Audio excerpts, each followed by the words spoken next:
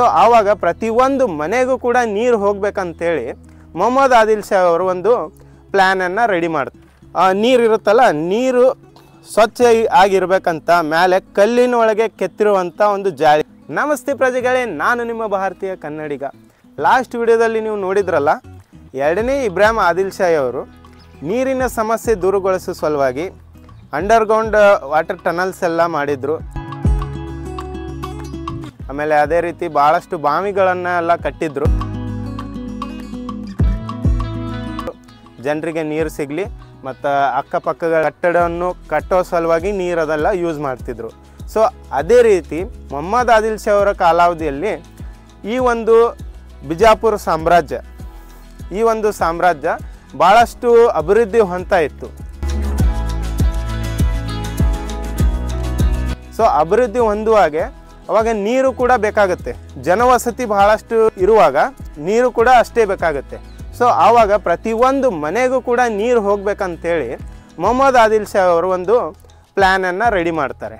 ಅದು ಪ್ಲ್ಯಾನ್ ಏನಪ್ಪ ಅಂದರೆ ವಾಟರ್ ಗಂಜನ್ನು ರೆಡಿ ಮಾಡ್ತಾರೆ. ಅದು ಯಾವ ರೀತಿ ಅಂದರೆ, ಭೂಮಿ ಒಳಗೆ ಮಣ್ಣಿನ ಪೈಪ್ ರೆಡಿ ಮಾಡಿ ಆ ಒಂದು ಅಂಡರ್ಗ್ರೌಂಡ್ ವಾಟರ್ ಟನಲ್ನಿಂದ ಬಾವಿಗೆ ಬಂದು ಬಾವಿಯಿಂದ ಗಂಜ್ಗಳಿಗೆ ಹೋಗುವ ಹಾಗೆ ಸಪ್ಲೈ ಮಾಡ್ಕೊಂಡಿದ್ರು ಪೈಪ್ ಮುಖಾಂತರ.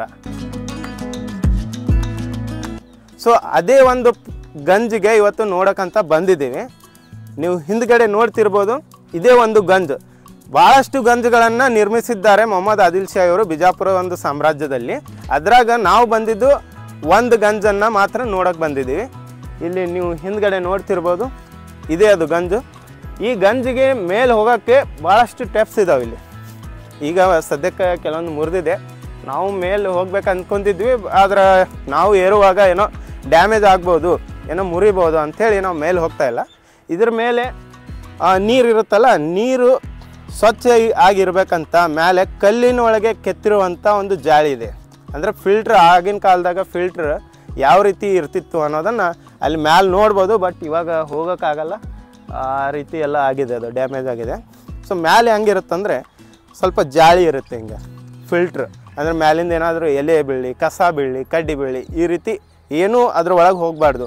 ಮತ್ತು ಕೆಳಗೊಂದು ಪೈಪ್ ಇರುತ್ತೆ ದೊಡ್ಡದಾದ, ಆ ಪೈಪಿಗೂ ಕೂಡ ಜಾಳಿ ಇರುತ್ತೆ.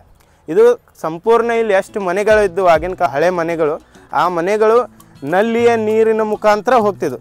ಈಗ ನಾವು ಬಿಜಾಪುರದಲ್ಲಿ ಭಾಳಷ್ಟು ವಾಟರ್ ಟ್ಯಾಂಕನ್ನು ನೋಡ್ತೀವಲ್ಲ, ಅದೇ ಸೇಮ್ ಕಾನ್ಸೆಪ್ಟು ಇದು 16ನೇ ಶತಮಾನದಲ್ಲೇ ಅವರು ಮಾಡಿದರು. ಸೊ ಈ ರೀತಿ ಎಲ್ಲ ನೀವು ನೋಡ್ಬೋದು ಇಲ್ಲಿ. ಸೊ ಈ ವಿಡಿಯೋ ನಿಮ್ಗೆ ಇಷ್ಟ ಆದರೆ ಲೈಕ್ ಮತ್ತು ಶೇರ್, ಸಬ್ಸ್ಕ್ರೈಬ್ ಮಾಡಿರಿ. ಸಿಗೋಣ ಮತ್ತೊಂದು ಇಂಟ್ರೆಸ್ಟಿಂಗ್ ಆಗಿರೋಂಥ ವಿಡಿಯೋದಾಗ. ಸೊ ಅಲ್ಲಿವರೆಗೂ ಜೈ ಹಿಂದ್, ಜೈ ಕರ್ನಾಟಕ.